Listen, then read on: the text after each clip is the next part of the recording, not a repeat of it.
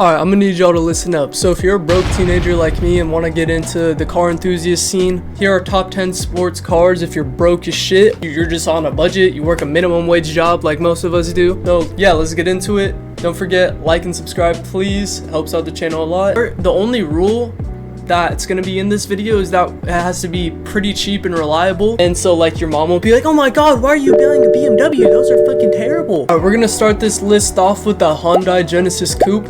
So basically this car, it's got some mixed factors on it since it's a Hyundai and stuff, but you guys have seen what Hyundai have done with the GT Stinger, of course. So Hyundai, they can make sports cars. It looks pretty nice in my opinion, like like a little something going for it. And you can actually find these, find them like under 8K, 7K, so like this is a very good budget option, and I'm pretty sure they make around 300 horsepower. So if you want a cheap, reliable car, your mom's gonna be like, oh, a Hyundai? I'll get you a Hyundai. I don't give a fuck. Little does she know that you're gonna be ripping that shit up in that 300 horsepower Hyundai. Don't tell her about that 300 horsepower though. Next car. Alright, keeping it rolling in no specific order, Lexus IS-250. Mwah. These are clean as fuck, not really that fast, but it's gonna impress your girlfriend's parents, and that's what you want. If you want a reliable daily that's cheap and that, you know, it's a little some, it's a little luxury, it's a little calm little Lexus, you know, you could be like, oh, I got a Lexus. Fuck if you have a BMW, guys. I'm letting all you BMW guys know, I'm gonna fucking have a BMW. Anyway, 250, calm, it's pretty compy in my opinion. The next car we got, which is the G37, which kind of coincides with the Hyundai Genesis. This is number 7, I think?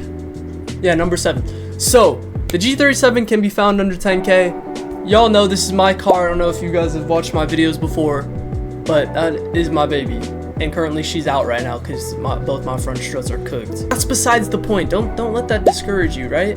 Because this is a 330 horsepower beauty that you can build. Don't go to fucking takeovers, right? I don't want y'all going to takeovers and bringing this shit. Not a G35, G37, just so people won't say you have a G35. But warning, before you buy this car, you're gonna get a bad rep. Everyone's gonna hate you, but it's besides the point because it's a luxury sports car, and that's all we care about in this video. We don't care about no reputations or nothing. We care about looking cool. You have like a little over 10K. All right, this is gonna be the only exception. I'm sorry, guys, but a Q50, if you want to spend like a few $100s more, I'm pretty sure they go for more like 1100. They're way better than the G37. That's all I'm gonna say about that.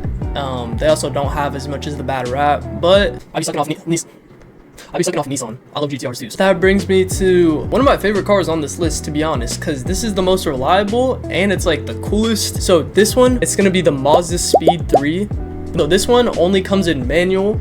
There's plenty of them under 10K. And it's like a good daily, and it's a hatchback. This would be good taking around your friends. You know, let's say you got little brothers and sisters you gotta take because your mom's like, oh, I fucking gave you $2,000 to help you with this car. Now you gotta do shit for me, you know? So, Mazda Speed3, good idea if you want a manual car. Alright, this is also a very good pick in my opinion. I remember when I was test driving cars, I actually really liked the feel of this car. So the Scion FR-S, it may be slow, but hear me out. It drives quick as fuck. It's always better to drive a slow car fast than a fast car slow. You know what I'm saying? So you have a lot more fun. The handling in the Scion FR-S is really good. It's a good pick. Overall, if you're a fan of BRZs, GR86s, any of that, I'm not 100% sure if any of those are under 10K, but the FR-S is a good option if you like those cars. So next up, we got the 370Z, the G35's older brother. Of course, the one that's more not more powerful, but the tuning is different, so it's a little more sporty-ish versus luxury. So 350Z, it's obviously a great daily, if it's auto, manual, whatever the fuck. That'll easily get you past 200K if you're just, even if you're beating the fuck out of it, to be honest. I like 370Zs more, let's be real, but you cannot find a 370Z under 10K in this economy, so you stick to the 350Z. Yeah. You guys know how I wasn't gonna put BMW on the list. BMW Z4 Roadster. So if you guys want a convertible and if you guys want a BMW, I'm gonna be this guy. If you want to be a Beamer boy, basically, get a Z4. Honestly, I'm looking at these cars right now. They're pretty quick. They're pretty nice. Maintenance is going to be terrible. Just keep that in mind. If you want to deal with that maintenance and have a burning hole in your pocket and also have a chance of your car breaking down at any moment, you can get this car. But otherwise, stick with the other cars on this list.